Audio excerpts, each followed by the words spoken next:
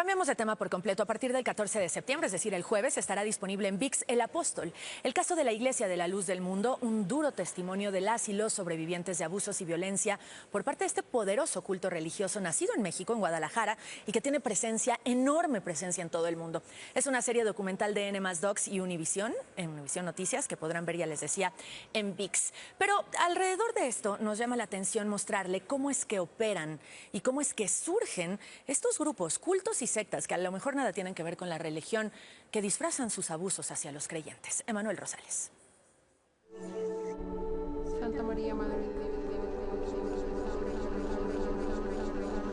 Naasón Joaquín García, el líder de la Iglesia La Luz del Mundo, fue sentenciado. Keith Raniere is charged with sex trafficking, racketeering. Was treating women as sex slaves and branding them with Raniere's initials. Raniere will serve life in prison. Jim Jones, a charismatic preacher who promised a perfect society where everyone was equal. It was called Jonestown. Defectors told stories of physical and sexual abuse. 5 Americans were shot down by other Americans on the airstrip at Port Kaituma, Guyana. And I was shot 5 times.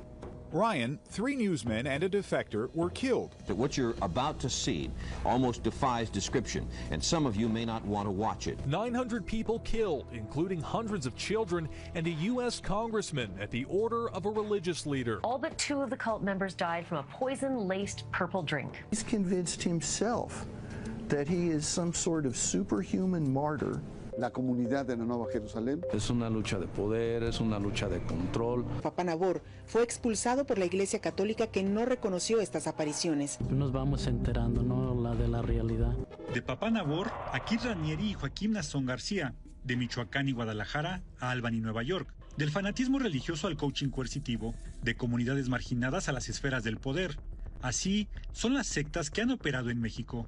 Son conocidas pero complejas, se tornan enigmáticas y adoptan tintes de secretismo para quienes no pertenecen a ellas, son enajenantes y destructivas, y a pesar del largo historial negativo en su contra siguen proliferando por todo el mundo, y cualquier persona puede caer en sus redes. Cualquier persona, cualquiera de nosotros es vulnerable a ingresar a una secta. Las personas no ingresan voluntariamente a las sectas, las personas son captadas.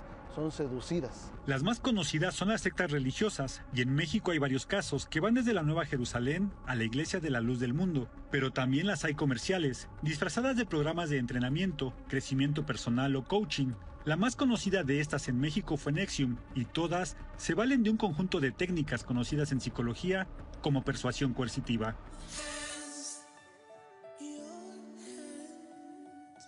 Se llama control mental o persuasión coercitiva. No hay una violencia física manifiesta, hay una violencia psicológica. Por ejemplo, el control del lenguaje, hay una jerga específica, cada grupo sectario tiene una forma especial de comunicarse.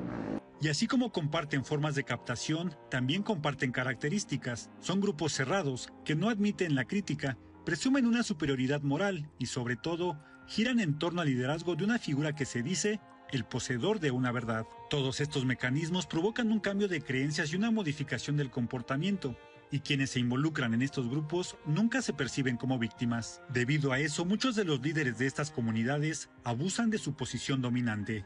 Los límites en las relaciones personales se diluyen. Puede haber incluso relación de naturaleza erótico-sexual, puede haber explotación económica, laboral, o en el peor de los casos puede haber ya propiamente la dilución del yo hacia el grupo, y en ese caso pues ya estamos hablando de una secta destructiva.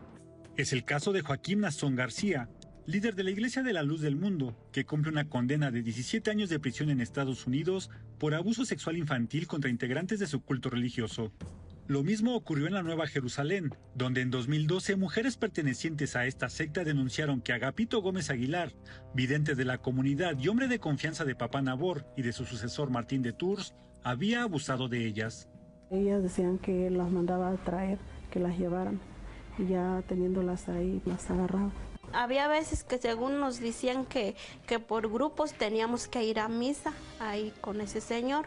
Le gustaba agarrar a las mujeres, violarlas. A los 9 años el señor abusó de ella. Tenía bien planeado el hombre. Aunque las más populares son las sectas religiosas, también las hay comerciales, que ofrecen programas de entrenamiento y crecimiento personal mediante estructuras piramidales, como Nexium, que mediante un estricto contrato de confidencialidad ofrecía su programa ESP, Executive Success Program, con el que infiltró a las altas esferas del poder en México. Nexium además contaba con un grupo secreto, donde se reclutaba a mujeres que en muchos casos se convirtieron en esclavas sexuales de Ranieri. Este grupo, denominado DOS, Dominate Over Submiss, o en español, Dominante sobre Sumisa, se caracterizaba por un ritual en el que las mujeres que ingresaban realizaban un juramento, y después eran marcadas con las iniciales de Ranieri. Please brand me, it would be an honor. Oh, an honor I want to wear for the rest of my life. Las víctimas llegan a presentar secuelas que van desde depresión y ansiedad hasta episodios psicóticos o actos suicidas. Salir de los grupos sectarios es posible, pero requiere la intervención de expertos en salud mental. Emanuel Rosales, Noticias, N+.